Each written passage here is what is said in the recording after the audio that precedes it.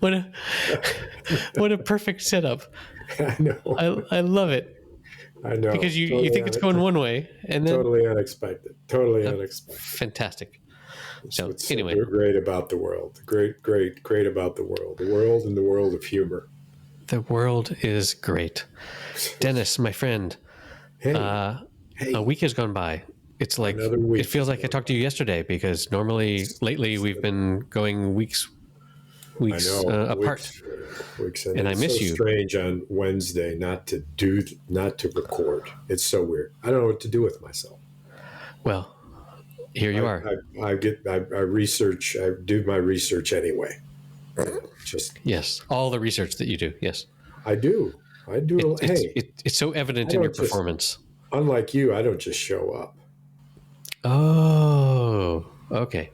Yeah. So what research have you done? Because I've done recently, knowing that the script calls for the first discussion being about the world of humor. Indeed. I came across a Saturday Night Live snippet that I'm sure your show notes will reflect, where Christopher Waltz, who had just finished Inglourious Bastards and also Django Unchained, and he did a takeoff of his next movie, which was a takeoff. Djesus Uncrossed. The brilliant writers at SNL came up with a crossover between those two movies, where it was super bloody and violent, as Tarantino would do. Incredibly violent. But then setting it as Christopher Waltz as our Lord and Savior Jesus H. Christ. Great. That's the way you want to put it. That sets the tone. But the opening, you know exactly what's going to happen when he rolls the rock back during the resurrection and looks at the camera and says, "I'm back." Yeah. All this violence at the hand of Jesus was shocking, even for me. I mean, and I'm not easily shocked, but it was, what I sent you was the director's cut. So we don't know what actually aired. It seemed kind of long to you, I'm sure, but the one when at the very tail of it, I'll bet it got cut, where Jesus has got a freaking bazooka of some kind and is talking to a guy with this or that or the other and shoots him, and his back explodes with blood. Yeah. I mean, Samuel L. Jackson reminded me of Scrooge with the once popular Bill Murray before he was Me Too'd into. At the first, like in the first scene where he goes and confronts, not Pontius Pilate, but just some Romans, and like he slices the guy down the head, and they built an effect for that, which is I've been listening a lot lately to there's this podcast by Dana Carvey and David Spade. Oh yeah, and they're just cashing in the most glorious way of they invite on everyone that's ever been on SNL, and they talk about what it's like to be on SNL. And already I'm steeped in SNL knowledge because I listen to Conan O'Brien's podcast, and he has on all the SNL people, and they like to talk about SNL history. But it's so interesting to like that particular lifestyle of like you get Monday off, like I guess you get Sunday. Well, Sunday you're beat, and you get Monday off, and then Tuesday you're already there trying to write stuff for the following week, and it's just this never-ending treadmill of content production, and not unlike this podcast. And they say that when they have some stupid idea that makes each other laugh on Tuesday, by Friday, the props department is like producing this thing to make it look real. Right. And apparently it's a totally separate thing. Like the commercial parodies that they do, they record way out of time. It's not that weak, because obviously it's super well produced and stuff, and much like this video that we saw. But that they come up with this idea of having, what if it was Jeopardy, but everything is upside down or something. And then like the props department creates that. And it's kind of wild that is a thing that exists. The speed of it and the fact that it's live is, makes it so incredible at what can happen. And there's all the stories, as of bands and whatnot that were banned, and folks that were banned will never be allowed to do it again. I just happened to run into the Sinéad O'Connor documentary that I just highly, highly, highly recommend. They talk a lot about her appearance. I forget why it was so important, but what? Her appearance on SNL. October 3rd,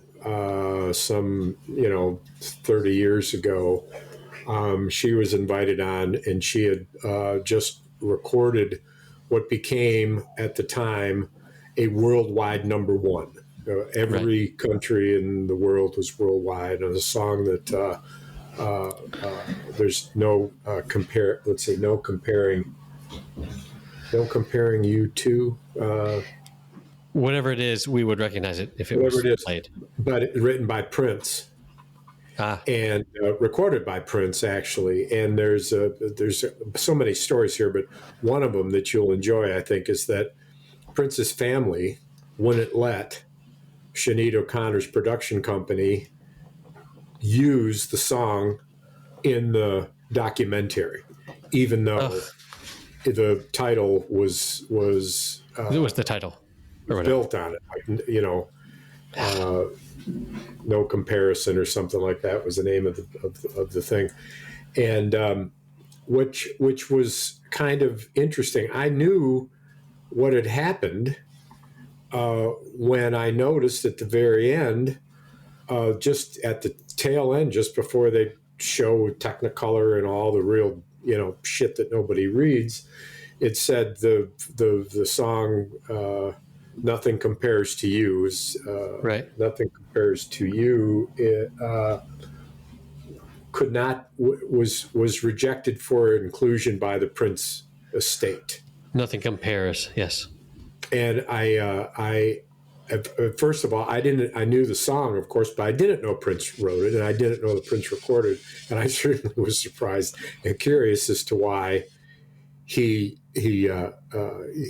dead, of course, why his sister wouldn't let it happen. And so the story goes that they didn't get along at all. And one time, Prince and his sister? No, Prince and Sinéad. Yeah. And he called her and said, "Listen, you're in town. Come on over to my estate in Hollywood, wherever it was. It wasn't Minneapolis, I don't believe. It was Hollywood." And she showed up, and she says in her recently released autobiography that he chastised her for swearing when she's doing interviews for television and for radio. Come on, Princey, man. And she got disagreeable with him, and he said that the way that they should settle it is that they should have a pillow fight. And so he ends up... Why is this not documented? Huh? Why is this not documented? I don't... Jeez. So as it turns out, he throws her a pillow, but in his pillow, he puts in like an ashtray. Oh, come on. And then hits her with it. And she freaks out and gets up and literally runs out of the house and leaves the house. And he reportedly gets in his car and follows her, gets her in an area, a grassy area somewhere, and starts to chase her on foot. And it's one of those stories where you say, it's got to be true because nobody could make this up. It's wow. So I just want to suggest maybe Jimmy Fallon or James Corden could. I want a series of videos called Celebrity Pillow Fights. Oh. I want to see, your... Sounds like Jimmy Fallon to me. Yeah, I mean, James Corden does the Lots carpool karaoke stuff, but yeah. Well, in the contest too. Right, yeah. So some sort of a, I want Ashton Kutcher versus Demi Moore. Emma Stone or something.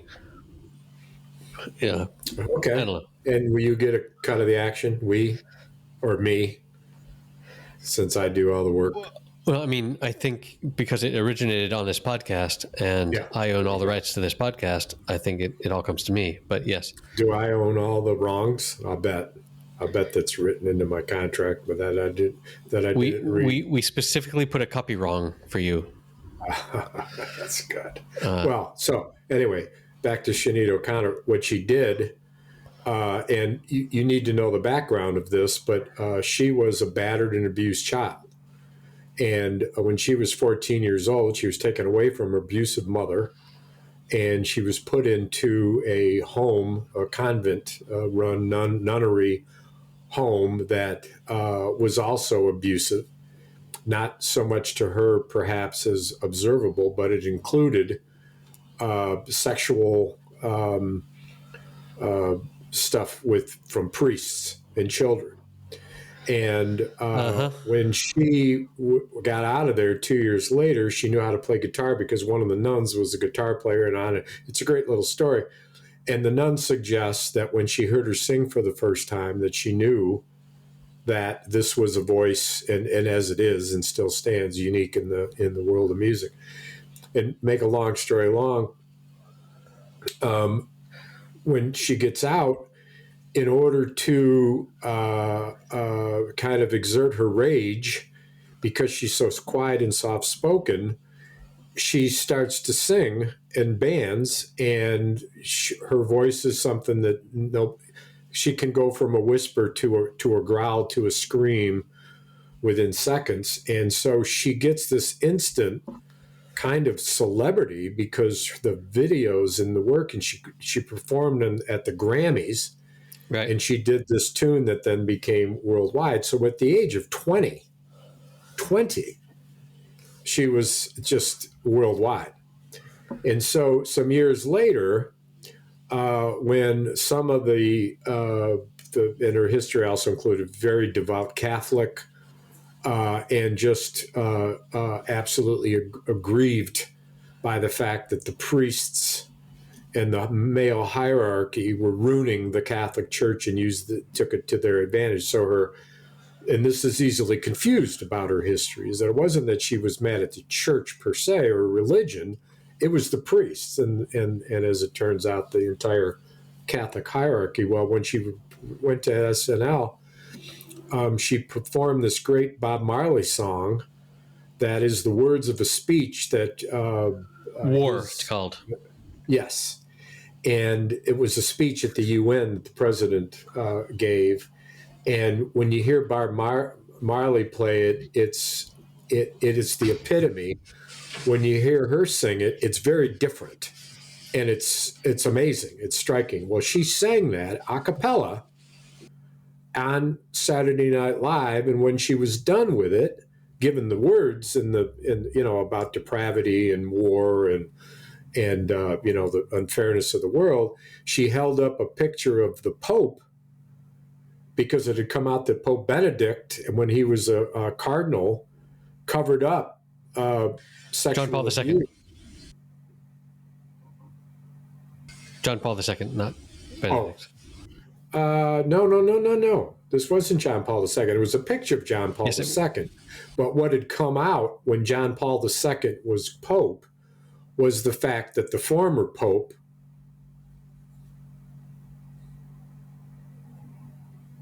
was the one who had covered it up. And so that's why she had a picture of the current Pope after she sang the song, shockingly to everyone on SNL, because it's live, unknown, and ripped it up into pieces and said, "Fight the real enemy." Okay. Reading from Wikipedia. In October 3rd, 1992, O'Connor appeared on SNL as a musical guest. She sang a cappella version of Bob Marley's War, which she intended as a protest against sexual abuse of children in the Catholic Church, referring to child abuse rather than racism, apparently. She then presented a photo of Pope John Paul II to the camera while singing the word evil, after which she tore it into pieces and said, "Fight the enemy," and threw the pieces towards the camera. The incident appeared 9 years before Pope John Paul acknowledged the sexual abuse within the church. Right. So that far ahead of her time. But what happened afterwards, of course, the blowback, and that followed. This episode with her followed a concert, her show, where the concert venue always, when people were gathering and before the announcements, they played the Star Spangled Banner, and she said, "You're not doing that at my show. Not when this country is fighting wars and killing children. I just won't have it. And it's my show." What an activist. Yeah. Well, good on her.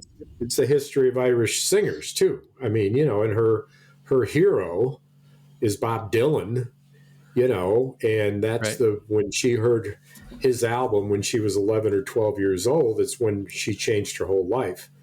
And that then coincided with being able to learn the guitar. But all this and more in this documentary. But here's the thing that I spent another hour on this afterwards because I could not leave it alone. Yeah. Because the end of the documentary is her singing doing a recent public event after 10 or 12 years of not doing anything and not being public and giving up the music business. And she had since had converted to Islam, which she said was a natural progression from her Catholicism. And she writes about this in her autobiography. It's stunning to think about the way that she describes what she calls the Gospels. And it's a continuation of her reading the Gospels. And so she's dressed in Islamic garb, which is not necessary or required for a woman of 52. And she says that she does it because she likes it. And she sings this song that I've never heard before. So hold on. Once you're older than certain age, yeah. Then when you're attractive to men, you can not wear a thing over your head. Huh. Yeah. Okay. Which I didn't know that either. But the song that she sings, that she wrote, and the way she looks, and because you're looking at 30 years later, the documentary centers on her public life, which pretty much ended after the controversy with the Pope, and she was interviewed, and she said, "I don't give a fuck whether it ruins my career. I wasn't singing music ever to become a pop star. I never wanted to be a pop star. I don't give a fuck that I'm a pop star. I sang to exert my rage, to communicate." I love that. And so, you can have my pop star, you can have my career, and go fuck yourself. And and of course, with that attitude had happened. Now let's fast forward to another event that you may know in your history, and it was Bob Dylan's 30th anniversary reunion. And Chris Christopherson, tell me if you know any of this. Chris Christopherson was the master of ceremonies, and he introduced Sinead O'Connor, who at the time had pretty much been out of the limelight, but he introduced her as one of the one of the foremost entertainers, performers in America, who was known for courage and integrity. And when she walked up to the mic, all ready to sing and smiling, there was this chorus of hurrahs that became to get matched by a chorus of boos. And one of the exclamations in the documentary by her husband at the time was, "What Bob Dylan fans are going to boo Sinead O'Connor for what she did with the flag or with the Pope?" And the answer is half of them who were louder than the others. So what she did, That's Erik, because Bob Dylan, it seems like Bob Dylan appeals to the left, but I think there's a bunch of country folk that are right leaning that love Bob Dylan. Bob Dylan's fans are not in my view, they're not identified by anything other than their age. So it really didn't matter what side of the coin you were on. Of course, if you were a right-wing conservative and he was singing what he was singing at the time, if you were not a flower child, you were on the other end of the spectrum, you didn't appreciate it then. Those people who did appreciate it then have since become conservatives, have since changed their ways, have since disavowed all of that. And it's an entire generation. Or maybe they didn't have their conservative views formed yet. And they liked this music, but it ended up rejecting it in their later years, but whatever. So there's Sinead O'Connor, and she's getting upset because the song that she's going to sing, is done in a whisper into the mic, and it's a very low-key tune. I don't know what it was. It obviously would have been a Bob Dylan song, which is what it was all about. I guess. And it was clear that she couldn't do it. And so they show her giving the throat cut all around to the band, all around to everybody, and then grabs the microphone and sings fucking War a cappella. Wow. And the dichotomous crowd goes freaking crazy, right? The booing louder, the cheering louder. And she's so angry and screaming it in this incredible voice. When she's done, she's drained. She doesn't look like she's going to collapse by any measure, but she's obviously overtaken by the emotion of what she just did. Chris Christopher comes up and hugs her and helps her off stage. So these are moments in this documentary that are priceless, just priceless. I think this is a Netflix documentary, which makes me wonder how you saw it. But as you were saying that, I was reading a Wikipedia paragraph that has a quarter of what you said, but it agrees entirely with you. That during the booing, Chris Christopherson told her not to let the bastards get you down. And to which she replied, "I'm not down." And then she the mic. Yeah. So wow, what a let's all. That'll be in the show notes, however we can find that documentary. And again, to the ending of it, what I did afterwards then in the other hour was I Googled and to try and find out her more recent performances, and discovered through that search, quite sadly, that earlier this year, her 17-year-old son committed suicide. I was going to bring that up. She's got 4 kids, and one of them, And she's since walked away, and she's had some serious mental health issues, which too badly have been recorded via her Twitter account, where she's been writing and said, very sad. But if you know about her history, as you will once you read, this is not surprising at all. But anyway, back to the performances. She's on the Late Late Show in the UK, which is they show 2 or 3 interviews of her on these shows over the decades. And she's in the garb that's similar, very, almost identical to what was in the end of the show in this incredible performance that she did somewhere. And I didn't quite catch where it was. Only difference was her garb was red on the Late Late Show. They had an entire orchestra, an entire, like a 30-piece orchestra with her in the center of it, singing Nothing Compares, with a conductor conducting. I don't know that I've ever in recent memory seen anything that was so moving to me as to see this. And then I went from there and watched, Googled to find out which of the recording. The sister said that when Prince recorded it live with, I'll remember her name. It's a woman singer who sang it with him. That's the best version ever done, and she didn't deserve to be able to do this. And it all got back to this fucking pillow fight. But then I listened to Prince do it at a concert, and then I listened to Prince and this woman, which she said was the best recording. And there is no way on God's green earth that Prince's recording of this came within a hundredth of the power of Sinéad O'Connor.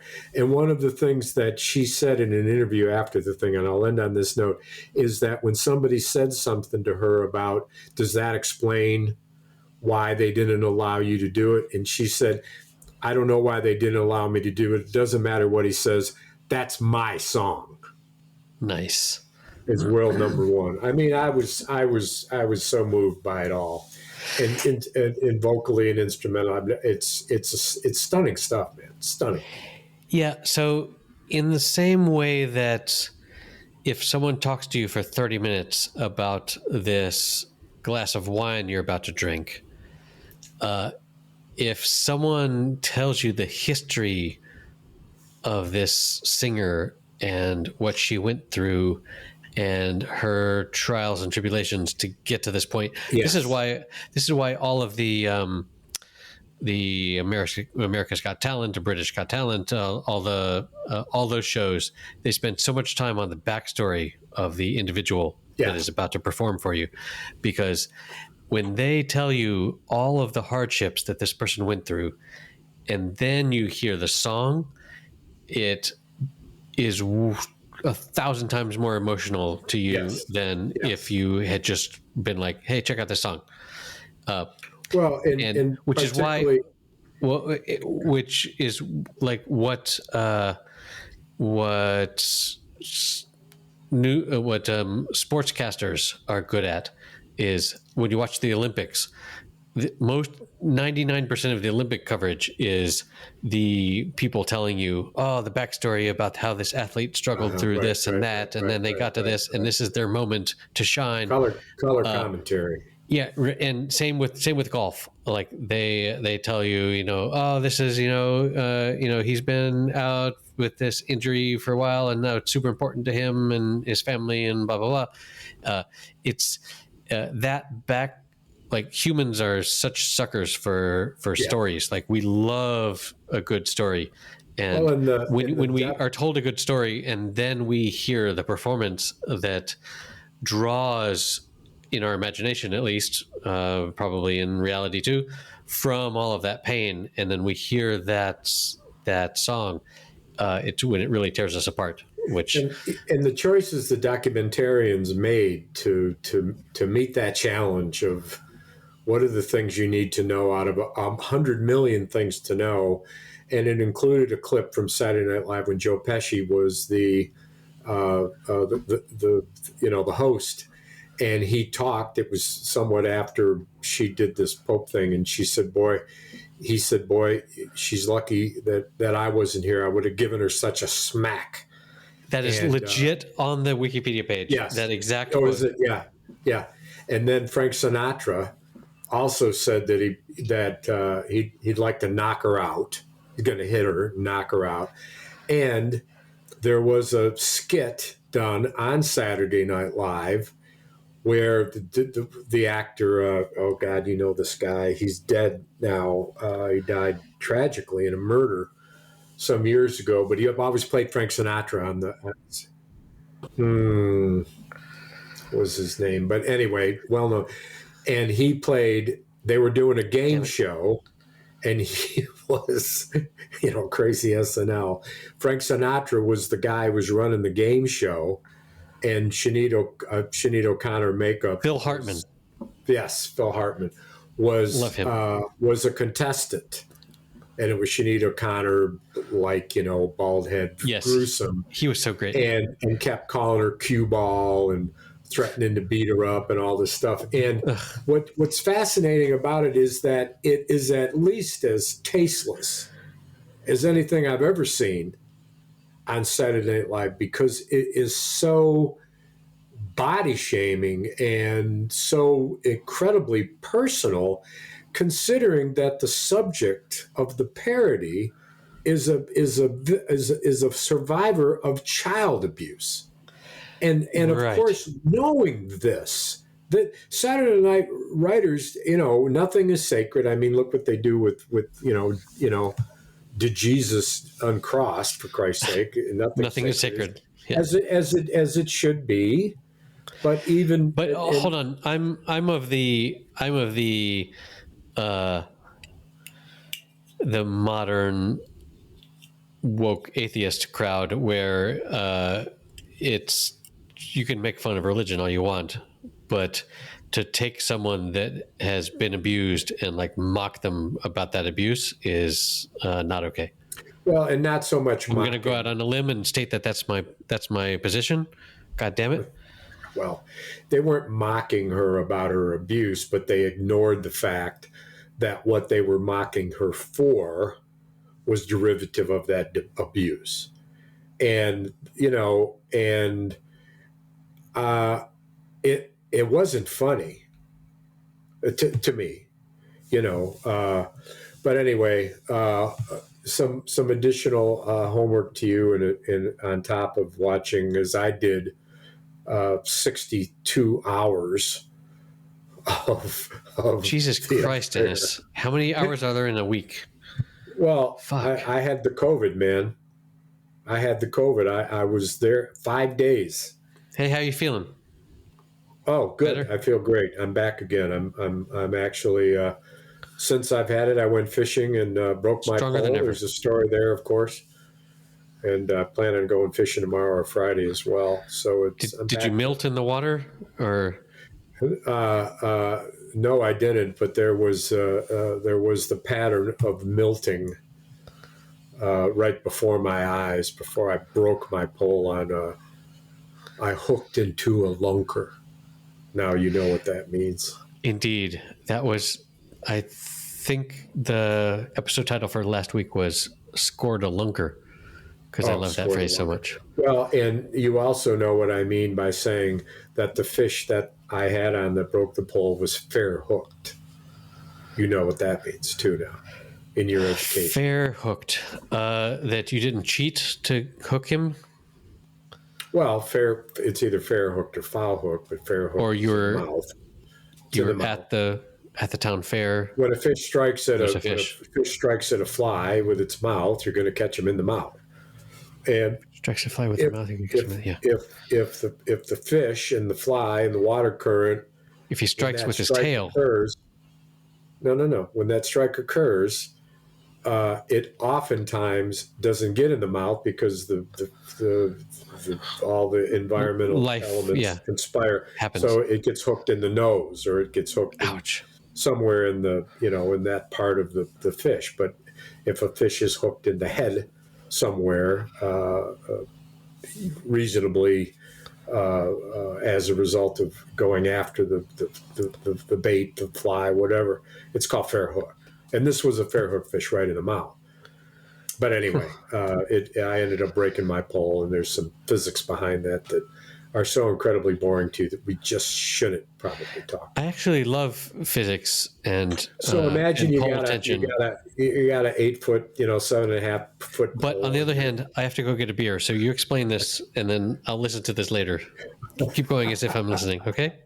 No, I'm not going to do that. Hey, fuck off.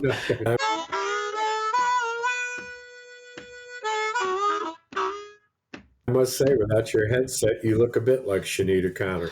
You broke your pole when you were milting. Oh. So So you got a fish on that's running probably 15, 16 pounds.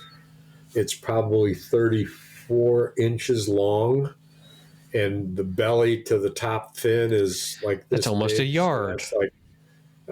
that's probably about 14, 15 inches tall, and the girth around the fish, Tell me about the 22, 20. girth. It's a big fish. It's It's a big like boy. so big that when you're lifting it with two hands, you're like, oh my God, this is heavy, right? Well, So I got him in the. some of us are stronger than others, but yes. I got him in the mouth, and I'm in fairly shallow water, and the current isn't all that strong. So the fish fights and jumps, and I realize that I've got him hooked, and I've got him hooked good. And so the only thing to do, because the fish is literally twice as big as my net, and my net is big enough that it stretches from shoulder to shoulder when it's on my back. So, whatever that shoulder width is probably, 26, 28 inches wide or something like that. It's very, very difficult to try. We'll contact your tailor for the exact measurements. Right. And so what I ended up doing, which was so much fun, was the fish would fight and then try to run downstream. I'd tighten up on the line so it couldn't go any further. It never broke. And I had on 12-pound test line, which is incredibly strong, even though the fish is 16 pounds in a current and is probably pulling at 50 psi's, whatever.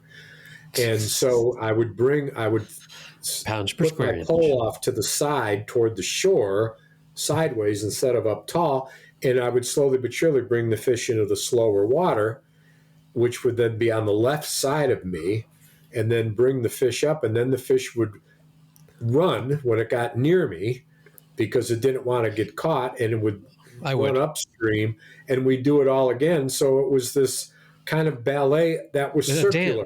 It's a dance. Circular.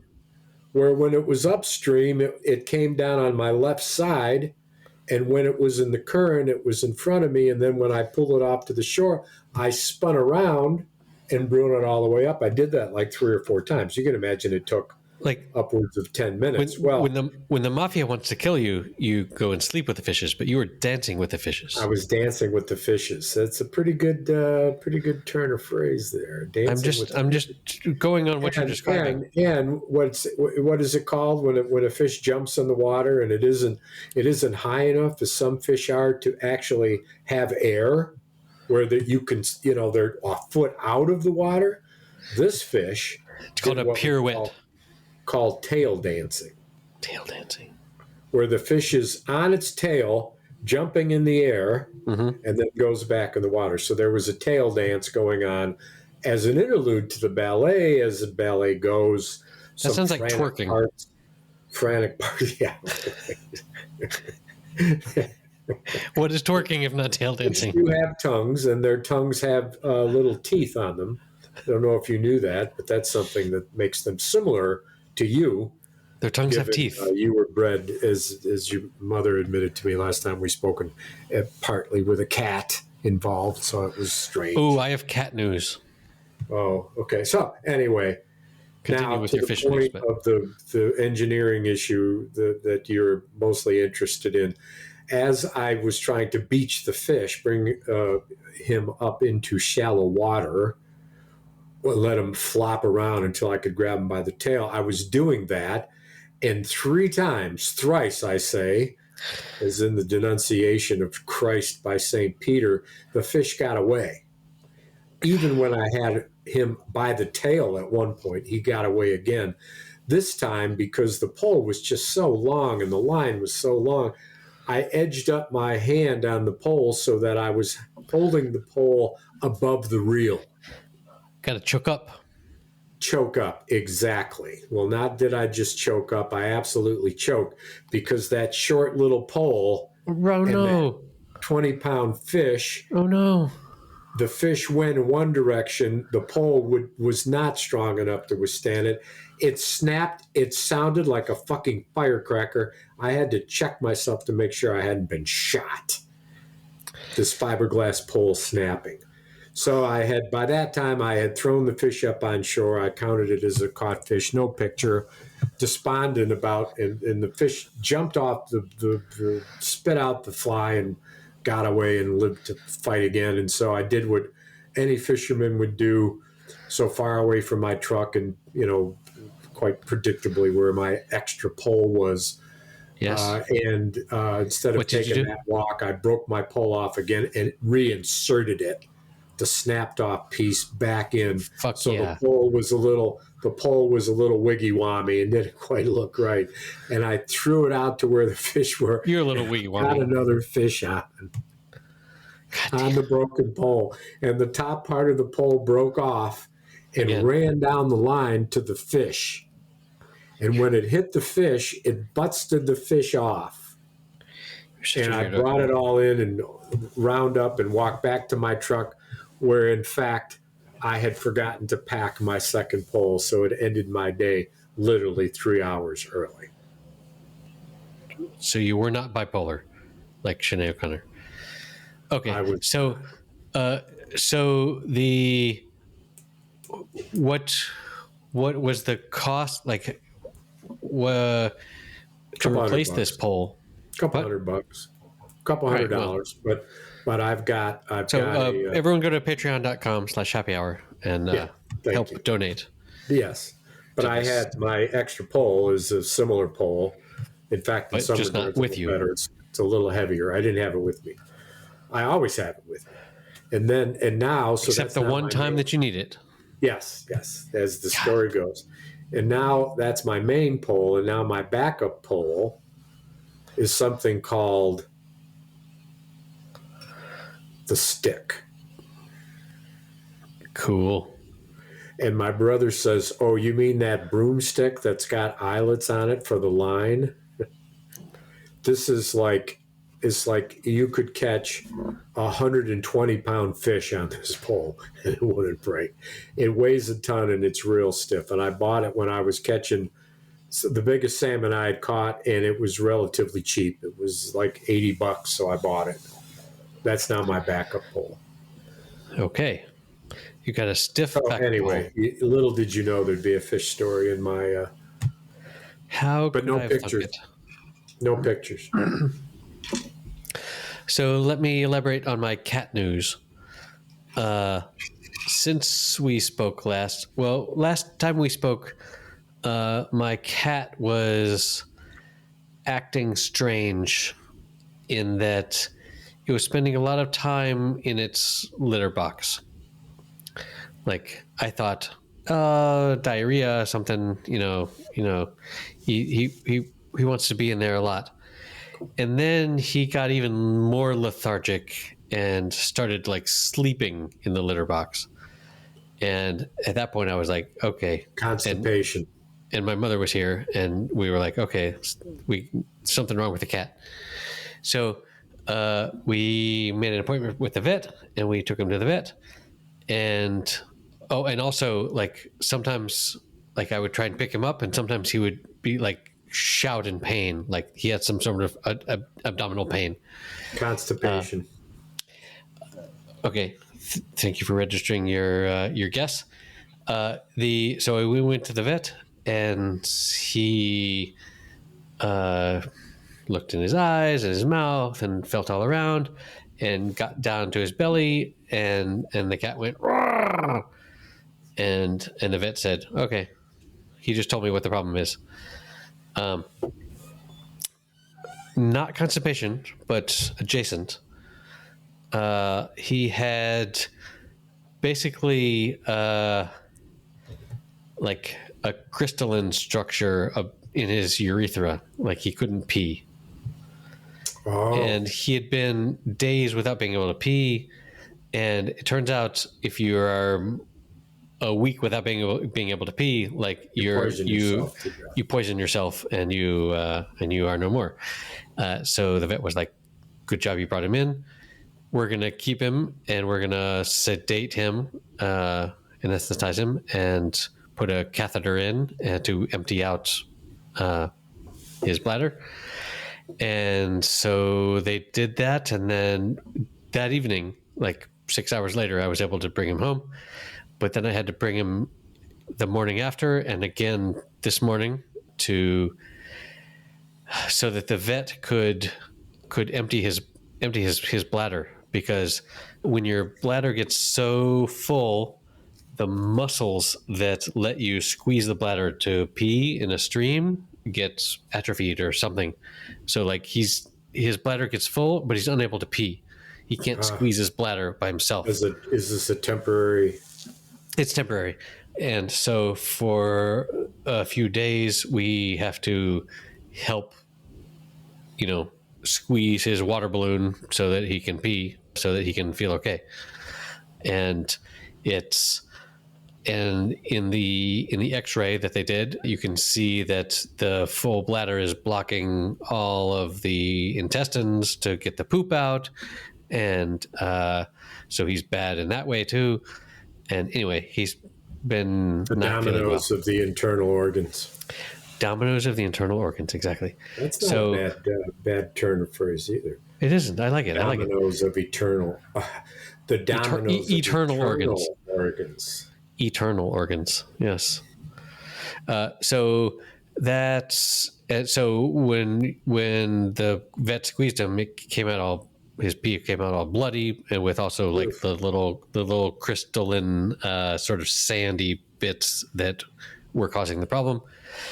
And basically, we have to now put him on a different type of food that has a higher acidity, a lower pH than the standard store-bought food. So he's just going to be an expensive burden for the rest of his life.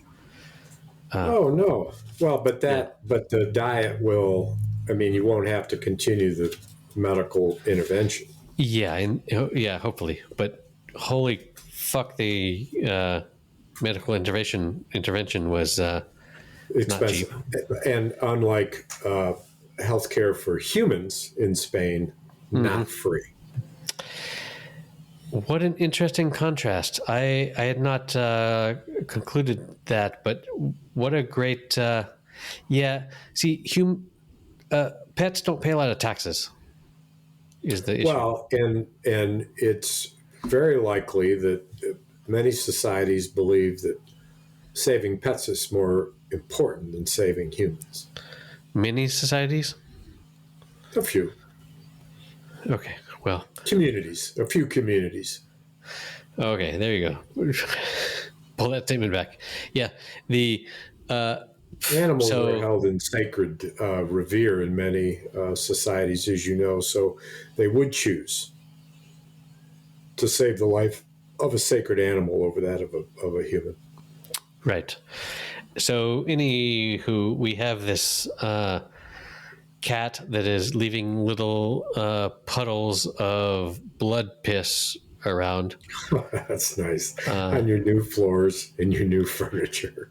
Is all your furniture? Is everything put together? Oh, fuck. No. So the cat has been prohibited from going into our proper house. The cat has to stay over here where I have my office because we're going to get the nice new furniture. But we're going to get the nice new furniture in November sometime. It's like weeks away. So this whole time that my parents have been here, we haven't had a place to sit and watch TV in the new house, in the proper house. Because you had already gotten rid of. Yeah, we threw away all the old sofas because. Well, you did that because you had to redo the floors, right? So there's. No they were shit, and also we had to redo the floors. Yeah, so we didn't want them back, but we didn't think it was going to take a month and a half to get new sofas, but whatever. So that's happening. And also, our brand new 75-inch television is kind of shit. Oh, no. Yeah. It's... Bad choice or engineering or... Yeah. The picture quality is fantastic. But the user interface, like... sometimes you click on the remote and it takes a full second or two for it to register on the screen, which is not acceptable for a multi-$1,000 television. Oh, Lord. And it's just, you can't, it's unwatchable. Right, exactly. And I know that if I am like, whatever, I know that over the course of the next 10 years that we have this fucking television, it's going to eat at me, and like I'm going to be so upset. So we've been in contact with Samsung headquarters to. But it's not only that; it's that, and then sometimes the audio and the video get out of sync, so like the mouths don't work with the voice that you hear. And other times when I want to connect a Bluetooth headset, because that's a thing that I'm going to want to do a lot, because when the kids go to bed I want to watch something with no sound, and that doesn't work very well. And so and it sucks that it took us several weeks of having the damn thing installed before we actually like used it, because like we weren't over there. But anyway, that's an ongoing battle that I hope. So why to go resolve. to Samsung instead of just to the place you bought it and use the 30-day? No, I went to the place we bought it, and they were like, "Contact Samsung." Oh well, why isn't that their responsibility? Why do you have to do that? It's about to be their responsibility. So I contacted Samsung once, and they were able to connect to the TV, from far away, and do some diagnostics and do a factory reset. And then after the factory reset, the remote is more responsive for sure, but the other stuff doesn't work very well. So tomorrow I have to call them again and be like, hey, this is my case number. It sounds like it could be an engineering problem. If that's the case, then you've got to get a different type of television. Yeah, I would be, at this point, I would be happy to be like, take this TV back, give me all my money back, and I'll buy an LG or whatever, some other brand. Because right. I'm just... Well, I don't think you want to tell them that.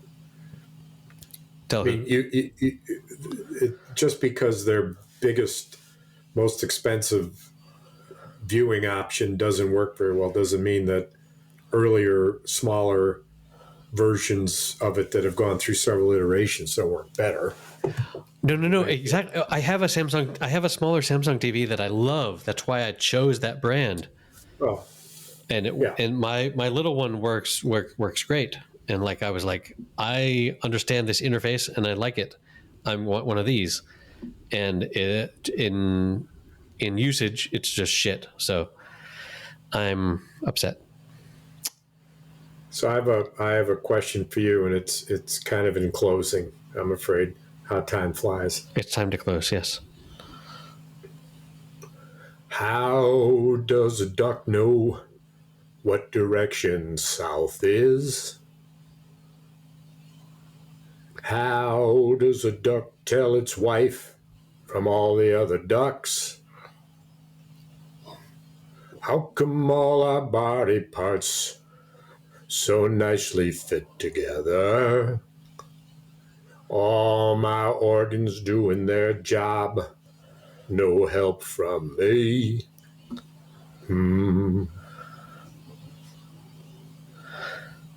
Did you know that ducks have corkscrew penises? Speaking of organs fitting together, what's another reason they're like you? This is the second. Talk about a screw. Am I right? Well, that's actually where the term "screw" came from. It's from ducks. Don't look for YouTube videos about duck penises. You won't enjoy it. No, don't. Oh, really? Oh, God. Well, no, I suppose not. Well, another week has passed. I look forward to a week. I hope we haven't been too loud for the parents' patri. No, in the other room. I even promised to get up in 5 hours to like say goodbye. So that's on me. How do they get to the airport? Uber. So here's a special secret. In my building, 3 floors down, lives the head of security at the local airport. He drives every morning to the airport that's an hour away, and then drives back. That's his commute. And but he's like the boss of all of the police at the airport. Like he's the head security guy, and he's the father of a childhood friend of my daughter's, and like we're super friends with their family. And he goes into work every morning, and tomorrow he's going to go in like an hour earlier to help get my parents there on time, because they got an early flight. But like, it's amazing that there's a car that leaves my building that goes an hour away to the airport every morning. And right. It's so convenient to use him when we do can. That? Do you go with him too? Sometimes I have. Yeah. But it's just so. Well, let's shout out to him. Yes. Let's make a toast. His name is Fran. Fran. So here's to Fran. Cheers, Fran. What are you drinking tonight, by the way? I never did ask. It's a pretty fancy cup. Beer. Beer. I'm drinking beer. Beer. I switched to scotch tonight. I know. You're so sophisticated. It rained all day. It's the fall. It's not the fall here. I'm in shorts. It's so hot here. I'm sleeping with a window open with no sheets on. That's how hot it is here. It was 45, 46 today. Tomorrow it'll be in the 50s. Perfect day to go fishing. Perfect. Although it's going to be sunny, which isn't so good for fishing, but that's all right. Don't you break no more poles, boy. I've learned from my mistakes. Pole buster. Rigged. I went out and rigged my pole with the proper lines and lengths and tied on the 2 flies, the egg patterns I'm using. So what happens now is that the salmon are at the end of their life and they're laying their eggs, and as we talked about last episode in great graphic detail, the male are milting on the eggs and hoping to create young offspring, and then behind them sit the fish I'm trying to get, which are very aggressive trout, rainbow trout that live in the lake sometimes, and so therefore are called steelhead. They must swallow some milt when they're trying to swallow the roe, right? That is very episodic and very occasional, and you've got it, and I could count on 2 hands probably the time I've actually seen it happen in my many hours leading into days in the streams. So it's quite an occurrence, but it I don't know how frequently it happens. But the whole last couple of times I fished, I never saw it happen. Okay. When you see it, it's like, oh man. But anyway, so I'm tying on his flies. It looks like these eggs, some of which have been sitting on the bottom for a while and have turned white, and then some that are fresher, that are orange, and I can't wait. I'll send you some pictures.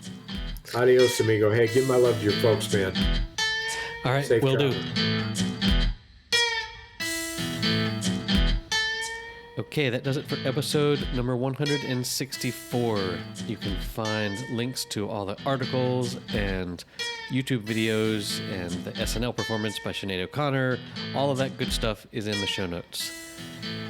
And you can help support the show at patreon.com/happyhour. That will get you a video feed if you support at the Jimmy Martini's level. See you next week.